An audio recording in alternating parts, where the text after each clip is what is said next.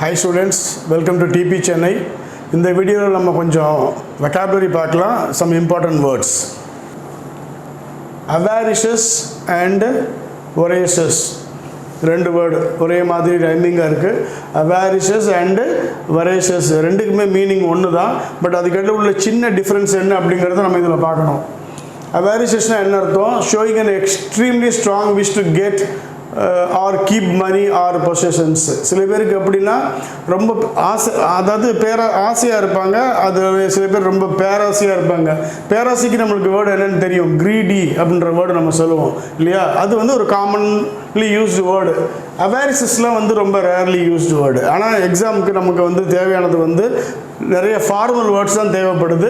So அவாரிசஸ் அப்படின்னா என்ன அர்த்தம்னா, நிறைய வந்து பணம் சம்பாதிக்கணும், நிறைய பொசிஷன்ஸ்லாம் நமக்கு வரணும் அப்படின்னு சொல்லி ரொம்ப ஆசையாக இருக்கவங்கள, குறிப்பாக இது வந்து பணம் சம்மந்தப்பட்ட பேராசைக்கு தான் இந்த வேர்டு அவாரிசஸ் வந்து யூஸ் பண்ணுறாங்க. They are avaricious and will do anything for money. So இப்போ இந்த avaricious அப்படிங்கிற வேர்டை வந்து பாசிட்டிவாக சொல்லலை, நெகட்டிவாக சொல்கிறாங்க. அந்த பேராசையே வந்து தப்புன்ற மாதிரி சொல்கிறாங்க. அவங்க வந்து ரொம்ப பேராசை பிடிச்சவங்க, பணத்துக்காக எது வேணாலும் செய்வாங்க அப்படின்னு சொன்னால், அப்போ அந்த avaricious அப்படிங்கிற வேர்டு வந்து ஒரு நெகட்டிவ் கொனோட்டேஷனில் தான் யூஸ் பண்ணப்பட்டிருக்கு. voracious-னா என்ன மீனிங்னா, அதே மீனிங் தான், greedy தான். பட் இந்த greedy வந்து சில இடத்துல குறிப்பான ஒரு பேராசைக்காக இந்த வேர்டு யூஸ் பண்ணுறாங்க. என்ன பேராசை? இங்கே உள்ள மாதிரி சாப்பாடு மேலே சில பேருக்கு ரொம்ப ஆசை இருக்கும். எல்லாருக்குமே ஆசை இருக்கும், சில பேருக்கு ரொம்ப பேராசை இருக்கும். ஸோ voracious அப்படிங்கிற வேர்டு வந்து சாப்பாட்டுக்கு மட்டும் இல்லை, he has a voracious appetite. appetiteனா பசி, அதாவது சாப்பிடணுங்கிற எண்ணம். So voracious, he is a voracious reader of historical novels. அப்போ இந்த voracious-ங்கிறது வந்து பேராசை. ஆனால் பேராசையாக சாப்பிட்றதுக்கு மட்டும் இல்லை, சில பேர் பார்த்தீங்கன்னா எப்போ பார்த்தாலும் ஏதாவது படிச்சுட்டே இருப்பாங்க. You can see them always carrying a book, keeping a book in their hands. So வந்து இந்த voracious eater அப்படின்னு சொல்லுவாங்க. voracious eater, இன்னொன்று வந்து voracious reader. ஸோ ரெண்டுக்குமே இந்த வேர்டு யூஸ் பண்ணிக்கலாம். ஸோ avaricious, voracious ரெண்டுக்கும் மீனிங் greedy-யாக இருந்தாலும், பணம் சம்மந்தப்பட்ட greediness-க்கு வந்து avaricious-னும், மற்ற இந்த சாப்பிட்றது படிக்கிறது இந்த மாதிரி அதில் ரொம்ப வெறியாக இருக்கிறவங்கள வந்து voracious அப்படின்னும் சொல்கிறாங்க. சினானிம்ஸ் என்னென்னா avaricious-க்கு covetous. covetous அப்படிங்கிறது இந்த grasping, greedy, acquisitive இதெல்லாம் வந்து அதுக்கு சினானிமாக இருந்தாலும் கொஞ்சம் சின்ன சின்ன வித்தியாசம் உள்ளது. இப்போ covetous அப்படின்னா என்ன அர்த்தம்னா, ஒருத்தவங்க கூட ஒரு பொருள் இருக்குன்னா, சரி அது நம்மகிட்ட இருந்தால் நல்லா இருக்குமே, அந்த மாதிரி ஒரு பொறாமை கலந்த அந்த பேராசையை தான் covetous அப்படின்னு சொல்கிறது. acquisitive அப்படின்னா பொருள் சேர்க்கணும் பத்தாதுன்னு. ஸோ மொத்தத்தில் எல்லாம் பார்த்தீங்கன்னா அந்த greedy-யோட கனெக்ஷன் உள்ள வேர்ட்ஸ் தான் எல்லாமே. இது எல்லாமே அதோடைய சினானிம்ஸ். voracious-க்கு வந்து ravenous அப்படின்னு ஒரு அட்ஜெக்டிவ் இருக்குது, சினானிம், மீனிங் ஒன்று தான். gluttonous, அதாவது ரொம்ப பெருந்தீனி திங்கிறவங்களை என்ன சொல்லுவாங்கன்னா glutton அப்படின்னு சொல்லுவாங்க. ஓய்யூஸை எடுத்துருங்க. glutton அப்படின்னா என்ன அர்த்தம்னா பெருந்தீனி தின்பவன் அப்படின்னு அர்த்தம். எப்போ பார்த்தாலும் சாப்பிட்டுட்டே இருப்பாங்க அவங்க. So gluttonous. நெக்ஸ்ட்டு வந்து ஆசம், நம்ம எல்லாத்துக்கும் தெரிஞ்ச வேர்டு, நம்ம எல்லோரும் அடிக்கடி யூஸ் பண்ணக்கூடிய ஒரு அட்ஜெக்டிவ் வந்து ஆசம். முன்னெல்லாம் வந்து நைஸ், சூப்பர் அப்படிலாம் சொல்கிறோம். இப்போ எல்லாருமே என்ன சொல்கிறோம், எதை எடுத்தாலும் ஆசம் அப்படின்னு சொல்கிறோம். இன்னொன்று வந்து ஆஃபுல். ரெண்டுமே க்ளோஸ்லி ரிலேட்டட் மாதிரி இருக்கும். இது வந்து ரெண்டுமே ஆளை தான் ஸ்டார்ட் ஆகுது. இது ஆஃபுல், இது வந்து ஆசம். ஆசமுடைய மீனிங் உங்களுக்கு தெரியும், causing feelings of great admiration, respect or fear. அதாவது வந்து ரொம்ப ஒரு விஷயத்தை வந்து நம்ம ரொம்ப அட்மையர் பண்ணுறோம், அப்போ தானே நம்ம ஆசம்னு சொல்கிறோம். அதே மாதிரி ஒருத்தவங்க மேலே நம்ம ரொம்ப மரியாதை வச்சுருக்கோம், அதுக்கும் யூஸ் பண்ணிக்கலாம். பயத்துக்கும் யூஸ் பண்ணலாம். நம்ம நிறைய பேர் பயத்துக்கு யூஸ் பண்ணுறதில்ல, மிச்சம் அந்த அட்மிரேஷனுக்கு தான் நம்ம எல்லோரும் அடிக்கடி அதை யூஸ் பண்ணுறோம். பட் ஃபியருக்கும் அது என்ன யூஸ் பண்ணலான்னா feelings, great feelings of admiration, respect, fear, இந்த மூணுக்குமே ஆசம்ன்ற வேர்டு யூஸ் பண்ணிக்கலாம். An awesome task lies ahead of them. ஒரு awesome task வந்து அவங்க செய்ய வேண்டியது இருக்குது. ஸோ அந்த awesome taskன்றது வந்து இந்த இடத்துல பயம் தரக்கூடிய, அதாவது எப்படி முடிப்போமோங்கிற மாதிரியான ஒரு டாஸ்காக கூட அது இருக்கலாம். awesome scenery, நம்ம சீனரியை பார்த்தோன்னே நம்ம சாதாரணமாகவே ஆசம்னு தான் சொல்லுவோம். ஸோ awesome scenery அப்படிங்கிறது nice to look at, pleasant அப்படின்னு அர்த்தம். இந்த ஆஃபுல்க்கு மீனிங் வந்து ரெண்டு மீனிங் இருக்குது. ஒன்று வந்து எக்ஸ்ட்ரீம்லி பேட், ரொம்ப மோசம், அப்படின்னு சொல்கிறதுக்கும் இந்த வேர்டு ஆஃபுல்னு சொல்லலாம். சில சமயத்தில் சில பேர் ரொம்ப ஹாட்டாக இருக்கும்போது ஆஃபுல் வெதர் அப்படின்னு சொல்லுவாங்க. ஆஃபுல் வெதர் அப்படின்னு சொல்லுவாங்க. இன்னொரு மீனிங் வந்து ஸ்ட்ரோக்குக்கு அப்புறம் கொடுத்துருக்கு, எக்ஸீடிங்லி லார்ஜ் ஆர் எக்ஸ்ட்ரீம் இன் டிகிரி. ஒரு விஷயம் ரொம்ப பெருசாக இருக்குது, எக்ஸ்ட்ரீம்லி லார்ஜாக இருக்குது, இல்லைன்னா ரொம்ப டிகிரி, அதாவது அதோடைய அளவு வந்து ரொம்ப அதிகமாக இருக்குது அப்படின்னு சொல்லும் பொழுது இந்த வேர்டு யூஸ் பண்ணிக்கலாம் ஆஃபுல். எக்ஸாம்பிள் வந்து he suffered awful injuries. இந்த இடத்துல வந்து வெரி பேட் இன்ஜுரின்னு சொல்லலாம். ரொம்ப ஹை டிகிரி ஆஃப் இன்ஜுரி, லேசான காயம் இல்லை, நிறைய இடத்துல காயம். ஸோ அப்படி ரெண்டு இடத்துலையும் நம்ம இந்த வேர்டை என்ன பண்ணிக்கலாம்னா ஆஃபுல் யூஸ் பண்ணிக்கலாம். we had awful weather, நான் அப்போதே சொன்ன மாதிரி we had awful weather. Fortunately, it won't make an awful lot of difference if I don't pass the test. So, awful இங்கே என்ன அர்த்தத்தில் யூஸ் பண்ணியிருக்குன்னா எக்ஸ்ட்ரீம் டிகிரின்ற அர்த்தத்தில் யூஸ் பண்ணியிருக்கு, பேட் அப்படின்ற அர்த்தத்தில் யூஸ் பண்ணப்படல. ஸோ ரெண்டு மீனிங்லையும் இந்த வேர்டை நம்ம யூஸ் பண்ணிக்கலாம். It was an awful risk, திருப்பி அதே தான், டிகிரியாகவும் இருக்கலாம், அது பேடாகவும் இருக்கலாம். ஸோ ரெண்டு அர்த்தமும் அதில் வரக்கூடும். சினானிம்ஸ் அவுட்ஸ்டாண்டிங், ஆசம்க்கு என்ன சினானிம், அவுட்ஸ்டாண்டிங்ன்ற சினானிம் இருக்குது. இம்ப்ரெசிவ் அப்படிங்கிற வேர்டு யூஸ் பண்ணலாம், அமேசிங் யூஸ் பண்ணலாம். இது எல்லாமே நம்ம யூஸ் பண்ணுறது தான். அவுட்ஸ்டாண்டிங் அப்படிமோ பெர்ஃபார்மன்ஸை, இம்ப்ரெசிவ்னு சொல்லுவோம், அமேசிங் சொல்லுவோம். இது எல்லாமே எது கூட யூஸ் பண்ணிக்கலாம், ஆசம் கூட யூஸ் பண்ணிக்கலாம். ஆஃபுல்க்கு வந்து சினானிம்ஸ் வந்து அன்பிளசன்ட், ஸோ பேட். அடுத்தது என்னது, ட்ரெட்ஃபுல். இந்த ரெண்டும் அதுக்கு நீங்கள் சினானிம் யூஸ் பண்ணலாம். டெரிபிளும் யூஸ் பண்ணிக்கலாம். ஸோ இந்த வேர்டு நம்ம ஞாபகம் வச்சுக்கணும், ஆஃபுல் அண்ட் ஆசம். கம்பல்சரி நமக்கு தெரிஞ்ச வேர்டு, கம்பல்சிவ். இது ரெண்டும் ஒரே மாதிரி தெரியலாம், பட் இது வேறு வேர்டு, அது வேறு வேர்டு. கம்பல்சரினா நமக்கு தெரியும், ரெக்வயர்ட் பை ரூல், அதாவது கண்டிப்பாக செஞ்சு தான் ஆகணும் அப்படின்னு சொல்கிறது. நிறைய ஸ்கூல்ஸில் வந்து ஃபிசிக்கல் எஜுகேஷன் வந்து கம்பல்சரி எக்ஸாம்பிள். இது என்னென்னா கம்பல்சரினா என்ன, அதுதான் நம்ம தெரிஞ்சுக்கணும். ஒரு விஷயத்தை நம்ம ரொம்ப அடிக்கடி செய்வோம், அதை செய்யாமல் நம்மளால் இருக்க முடியாது. அப்போ என்ன அர்த்தம்னா அடிக்டிவ் மாதிரி இல்லையா. ஒரு விஷயத்தை நம்ம வந்து செஞ்சுட்டே இருக்கோம், அதை நம்மளால் விட முடியாதுன்னா என்ன அர்த்தம், நம்ம சாதாரண என்ன சொல்லுவோம், அடிக்ட் ஆகிட்டாருன்னு சொல்லுவோம் இல்லையா, அடிக்டிவ்னு சொல்லுவோம். அதுவும் ஒரு அப்ஜெக்டிவ் தான், அதோடைய மீனிங் தான் என்ன, அதோடைய சினானிம் தான் என்னது, கம்பல்சிவ். கம்பல்சிவ் பிஹேவியர் அப்படின்னு சொல்லுவாங்க. அது வந்து கெட்டது, அதாவது அந்த விஷயத்தை அவங்களால செய்யாமல் இருக்க முடியாது. கம்பல்சிவ் லயர், கம்பல்சிவ் தீஃப் அப்படின்னா என்னென்னா, அவர் வந்து பொய் சொல்லாமல் ஒரு ஆள் இருக்க, சில பேருக்கு பொய் சொல்லாமல் இருக்க முடியாது, அவங்க உண்மை சொல்லணும்னு நினச்சாலும் அவங்க பொய் தான் சொல்லுவாங்க. அதே மாதிரி கம்பல்சிவ் தீஃப் அப்படின்னா என்னென்னா, ஏதாவது பொருளை பார்த்தா அவங்க திருடிடுவாங்க. அது ஒரு மேனியா கூட இருக்குது, கிளெப்டோமேனியா அப்படின்னு ஒரு மேனியா இருக்குது. அது வந்து டிசீஸு, அது ட்ரீட் பண்ணிடலாம். சில பேர் ரொம்ப அற்பமான பொருளை கூட திருடிடுவாங்க, அது வந்து கிளெப்டோமேனியா அப்படின்னு ஒரு மேனியா. அது இல்லை. இது கம்பல்சிவ் தீஃப்னு என்ன அர்த்தம்னா, இவங்க விரும்பினாலும் இவங்களுக்கு தெரியும் தப்பு செய்கிறோன்னு இவங்களால விட முடியாது. அவங்க வந்து அற்பமான பொருளெலாம் திருட மாட்டாங்க, பெரிய பெரிய பொருளாக தான் திருடுவாங்க, வேல்யூபிள் தான் எடுப்பாங்க. அந்த மாதிரி தீஃபை வந்து நம்ம கம்பல்சிவ் தீஃப் அப்படின்னு சொல்கிறோம். கம்பல்சிவ் கேம்லிங் அதே மாதிரி தான். சில பேருக்கு வந்து சூதாட்டம் பண்ணாமல் இருக்க முடியாது, கிளப்புக்கு போகாமல் இருக்க முடியாது. So compulsive gambling, compulsive drinking, எதுனாலும் சொல்லிக்கலாம். மொத்தத்தில் அடிக்டிவ் பிஹேவியருக்கு எல்லாத்துக்குமே கம்பல்சிவ் அப்படின்னு சொல்லலாம். சினானிம்ஸ் வந்து கம்பல்சரிக்கு உங்களுக்கு தெரிஞ்சும் ஆப்ளிகேட்டரி, இது ஒரு முக்கியமான ஒரு அப்ஜெக்டிவ், ஆப்ளிகேட்டரி. அப்புறம் வந்து மேண்டேட்ரி, இந்த ரெண்டு வேர்டும் ஞாபகம் வச்சுக்கோங்க. அடுத்து வந்து கம்பல்சிவ்க்கு வந்து சினானிம்ஸ் வந்து இர்ரெசிஸ்டிபிள், அதாவது தடுக்க முடியாது, தவிர்க்க முடியாது. நமக்கு வந்து செஞ்சு தான் தீரணும், செய்யலைன்னா எனக்கு எப்படி ஆகிடுவேன் அப்படின்ற மாதிரி இருக்கிறதுனால அது வந்து இர்ரெசிஸ்டிபிள் அப்படின்னு சொல்லலாம். அப்புறம் ஓவர் பவரிங், அது நம்மளை ஓவர் பவர் பண்ணுது இல்லையா, நம்ம அதை ஓவர் பவர் பண்ணலை, அது நம்மளை என்ன பண்ணிடுச்சு, நம்மளை அதுக்கு அடிமையாக்கிடுச்சு. So over powering.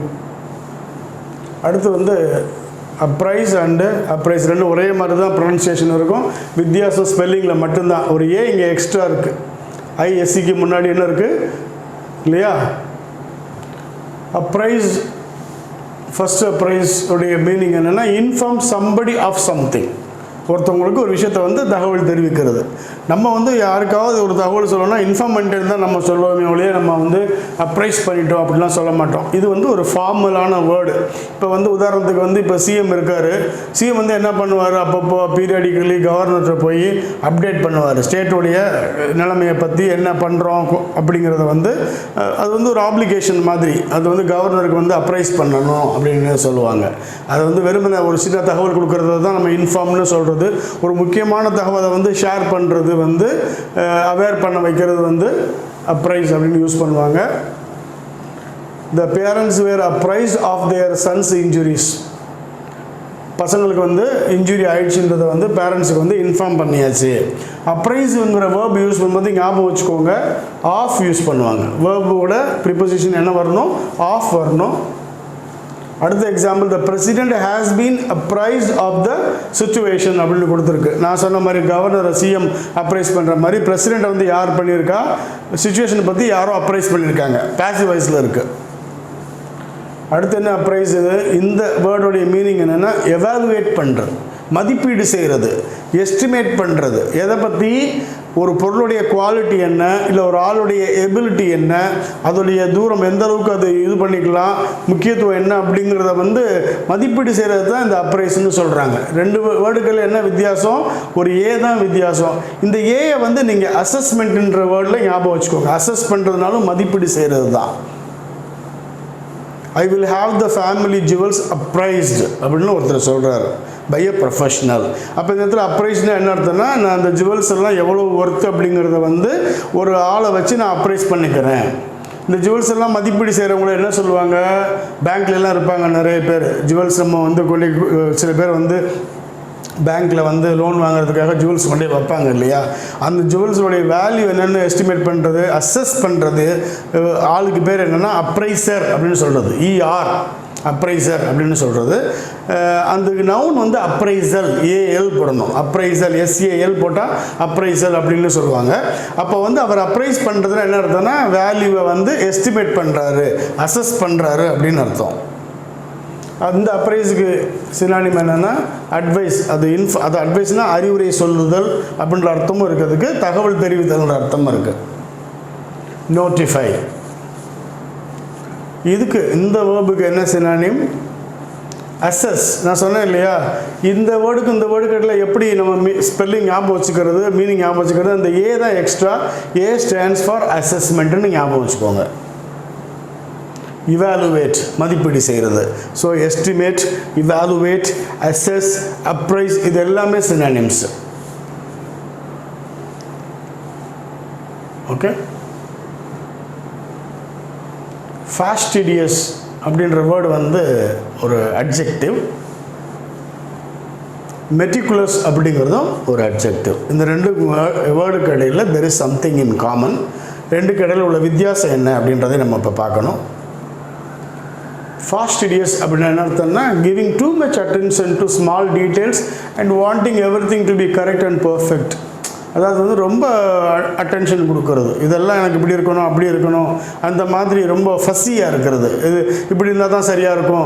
அப்போ என்ன அர்த்தம் அப்படின்னு கேட்டிங்கன்னா, இப்போ ஒரு விஷயமே உங்கள்கிட்ட ஒருத்தர் செய்ய சொல்கிறார், ஒரு மேனேஜரே உங்கள்கிட்ட ஒரு வேலை கொடுக்குறாரு. அவர் ஃபாஸ்டிடியஸாக இருந்தாருன்னா நீங்கள் எதை செஞ்சுட்டு போய் கொடுத்தாலும் இது சரியில்லைன்னா நீங்கள் பெட்டராக பண்ணலாமே இப்படியே சொல்லிகிட்டு இருப்பார். அவரை வந்து சாட்டிஸ்ஃபை பண்ணுறது ரொம்ப ரொம்ப கஷ்டம். அந்த மாதிரி ஆளுங்களுக்கு வந்து ஃபாஸ்டிடியஸ் அப்படின்னு சொல்லுவாங்க. இந்த ஃபாஸ்டிடியஸ்ங்கிற வேர்டுக்கு இன்னொரு மீனிங்கும் இருக்குது. அந்த மீனிங் என்னன்னா, having a strong dislike of anything dirty or unpleasant. அப்படின்னா என்ன அர்த்தம்னா, இவங்களுக்கு இந்த fastidious பீப்புளுக்கு எல்லாமே நீட்டாக இருக்கணும், வீட்டுக்குள்ளே வந்தால் எல்லாமே நீட்டாக இருக்கணும், அந்தந்த பிளேஸில் எல்லாம் இருக்கணும், சோஃபாவில் துணிலாம் கிடக்கக்கூடாது, நம்ம சாதாரணமாக அந்த மாதிரி தானே நடந்துப்போம். அந்த மாதிரி ஆளுங்க எப்படின்னா அவங்களுக்கு எல்லாமே நீட்டாக இருக்கணும், பர்ஃபெக்டாக இருக்கணும், அதில் ரொம்ப அவங்க இதாக இருப்பாங்க. அப்போ அதுக்கும் இதை யூஸ் பண்ணிக்கலாம். ஃபஸ்ட்டு வந்து ஜென்ரலான வேர்டு, அவங்களுக்கு வந்து எல்லா டீட்டெயில்ஸும் கரெக்டாக இருக்கணும், எல்லாமே பர்ஃபெக்டாக இருக்கணும், அப்போ தான் எந்த வேலையும் அவங்க செய்வாங்க. ரெண்டாவது என்னென்னா சுத்தம் பார்ப்பாங்க, ரொம்ப இதெல்லாம் ரொம்ப சுத்தமாக இருக்கணும், இதெல்லாம் நீட்டாக இருக்கணும் அப்படின்றது. ரெண்டு விஷயமே கிட்டத்தட்ட கொஞ்சம் ஓவர்லாப்பிங்கான ஒரு மீனிங் தான். பட் ரெண்டு டிஃப்ரெண்ட் மீனிங்ஸ்லேயும் இந்த வேர்டை யூஸ் பண்ணலாம். மெட்டிகுலஸ்க்கும் கிட்டத்தட்ட இதே மீனிங் தான். He is very fastidious about how a suitcase should be packed. ஒரு சூட்கேஸை பேக் பண்ணுறதுனால கூட இதெல்லாம் எப்படி வச்சு பேக் பண்ணணும் அப்படின்னு இவர் வந்து அட்வைஸ் பண்ணுவார். எதுனாலும் எப்படி பண்ணாலும் அவர் ஒத்துக்க மாட்டார். They were too fastidious to eat in a fast food restaurant. இந்த இடத்துல fastidious எந்த இடத்துல யூஸ் பண்ணியிருக்காங்கன்னா, அவங்க வந்து ஃபாஸ்ட் ஃபுட் ரெஸ்டாரண்ட்டில் வந்து போய் சாப்பிட மாட்டாங்க. ஏன்னா அங்கே வந்து எல்லாம் ஒரு மாதிரியாக சுத்தம் இல்லாமல் இருக்கும், பிளேட்ஸ் எல்லாம் அங்கிட்டும் இங்கிட்டும் கிடக்கும். பெரிய நல்ல ஹோட்டலில் தான் போய் அவங்க சாப்பிட விரும்புவாங்க. ஸோ அந்த இடத்துல இங்கே ஃபாஸ்டிடியஸ் யூஸ் பண்ணியிருக்கு. மெட்டிகுலஸ்னால் என்ன மீனிங்னா, ஷோயிங் கிரேட் அட்டென்ஷன். அதே மாதிரி தான் இவங்களும் ரொம்ப டீட்டெயில்ஸ் எல்லாம் ரொம்ப முக்கியத்துவம் கொடுப்பாங்க, ரொம்ப கேர்ஃபுல்லாக இருப்பாங்க, ப்ரெசைஸாக இருப்பாங்க. ஆனால் இவங்களை நம்ம எப்படி சொல்கிறோம்னா நெகட்டிவாக சொல்கிறோம். அவங்க ரொம்ப டிமாண்டிங்காக இருக்காங்க, இவங்களை வந்து திருப்திப்படுத்தவே முடியாது யாருமே அப்படின்ட்டு. இவங்களும் டீட்டெயில்ஸ் எல்லாம் பர்ஃபெக்டாக இருக்கவங்க தான். ஆனால் இவங்க என்ன பண்ண மாட்டாங்கன்னா யாரையும் ரொம்ப தொந்தரவு பண்ண மாட்டாங்க, இம்பேரன்சிங்காக நடந்துக்க மாட்டாங்க, ஆனால் இங்கே நடந்துக்க மாட்டாங்க. ஸோ மெட்டிகுலஸும் ஃபாஸ்டிடியஸும் கிட்டத்தட்ட ஒரே மீனிங்கில் உள்ள வேர்டாக இருந்தாலும் ஃபாஸ்டிடியஸ் வந்து கிட்டத்தட்ட கொஞ்சம் நெகட்டிவாக ஒரு விஷயத்த சொல்கிறதுக்கு தான் யூஸ் பண்ணுறது. அதே மாதிரி ரொம்ப சுத்தமாக இருக்கணும்னு நினைக்கிறக்கூடியவங்களுக்கும் ஃபாஸ்டிடியஸ் வேர்டை யூஸ் பண்ணுறாங்க. Synonyms fussy, demanding. அப்புறம் என்ன மெட்டிகுலஸுக்கு சினானிம்ஸ் வந்து கேர்ஃபுல், டிலிஜென்ட். இது முக்கியமான ஒரு word, diligent. Scrupulous. So diligent and scrupulous, meticulous, இது எல்லாமே synonyms. Revenge and avenge. Revenge and avenge இது ரொம்ப ரொம்ப காமன்லி யூஸ்டு வேர்டு. இந்த வேர்டு வந்து ரேர்லி யூஸ்டு வேர்டு. நிறைய பேருக்கு இது ஃபெமிலியராக கூட இருக்காது இந்த word. harm done to someone as a punishment. அதாவது பழி வாங்குறது இல்லையா, அது அவ்வளோ பெரிய டெஃபினேஷன் நம்ம ஞாபகம் சொல்ல அவசியம் இல்லை. பழி வாங்குறது தான் என்னது, ரிவெஞ்சு. நவுனு பழி வாங்குதல் அப்படின்னு சொல்லிட்டா நவுனு. வேர்பாவும் இதை யூஸ் பண்ணலாம். அப்போ நவுனாவும் யூஸ் பண்ணிக்கலாம், வேர்பாவும் யூஸ் பண்ணிக்கலாம். எக்ஸாம்பிள் என்னென்னா, she took her revenge on him. She took revenge on him. She got revenge on him. சரியா? Leaving her by smashing up his car. அவன் காரை வந்து ஸ்மாஷ் பண்ணி அவன் பழி வாங்கிக்கிட்டான் அவன் மேலே அப்படின்னு கொடுத்துருக்கு. To revenge a death, அதாவது ஒருத்தவங்க இறந்து போயிட்டாங்க, யாரோ கொன்னுட்டாங்க, அதுக்கு வந்து பழி வாங்குறதுக்கும் ரிவெஞ்சு சொல்லலாம். ஒரு தோல்வி, நம்ம தோத்துட்டோம், அதுக்கு திருப்பி நம்ம அவங்க கூட சண்டை போட்டு ஜெயிக்கிறதுக்கும் அதை பழி வாங்குறதுன்னு சொல்லலாம். அநீதி இழைக்கப்பட்டுருச்சு, இன்ஜஸ்டிஸ், அதுக்கும் நம்ம என்ன யூஸ் பண்ணிக்கலாம், ரிவெஞ்சு யூஸ் பண்ணிக்கலாம். அவெஞ்ச் எப்படி யூஸ் பண்ணியிருக்காங்கன்னு பாருங்கள். To do harm or punish the person responsible for something bad done to you or your family. So இதுவும் அதே மாதிரி தான், பழி வாங்குறதே தான் இந்த வேர்டுக்கும் மீனிங்கு. இது என்னென்னா, நம்ம யாருக்காவது போய் நம்ம என்ன செய்கிறது, பழி வாங்குறது. நமக்கு எதுவும் செய்யலை, வேறு யாருக்காகவோ, நமக்காகவும் இருக்கலாம், நம்முடைய குடும்பத்தாருக்காகவும் இருக்கலாம், இல்லை நம்ம நண்பர்களுக்காக இருக்கலாம். அப்போ தான் வந்து அவங்கள பழி வாங்கினா தான் அது கரெக்டாக வரும்னு சொல்லும் பொழுது அதை வந்து அவெஞ்ச் அப்படின்னு யூஸ் பண்ணுறாங்க. இந்த அவெஞ்சுன்ற வேர்டை வந்து வேர்பாக மட்டும்தான் யூஸ் பண்ண முடியும். ரிவெஞ்ச் மாதிரி நவுனாக இதை யூஸ் பண்ண முடியாது. He swore he would avenge his brother's death. அவனுடைய தம்பியோடைய அண்ணனுடைய இறப்புக்கு வந்து நான் பழி வாங்குவேன்னு அவன் ப்ராமிஸ் பண்ணான். He swore. சினானிம்ஸ் வந்து ரீட்டாலியேஷன், பதிலடின்னு சொல்லுவோம் தமிழில். ரீட்டாலியேட் பண்ணுறதுன்னா, நம்மளை எதிரி தாக்குறாங்க, பதிலுக்கு நம்ம தாக்குறது தான் என்ன சொல்லுவாங்கன்னா ரீட்டாலியேட் பண்ணுறதுன்னு சொல்லுவாங்க. நவுன் வந்து ரீட்டாலியேஷன். அவெஞ்சுக்கு வந்து சினானிம்ஸ் வந்து அதே தான், ரீட்டாலியேட். ரிவெஞ்ச், ரிவெஞ்சும் வந்து அவெஞ்சும் வேர்பா ஒரே மீனிங்னால ரிவெஞ்சுங்க நம்ம சினானிமாக நம்ம யூஸ் பண்ணிக்கலாம்.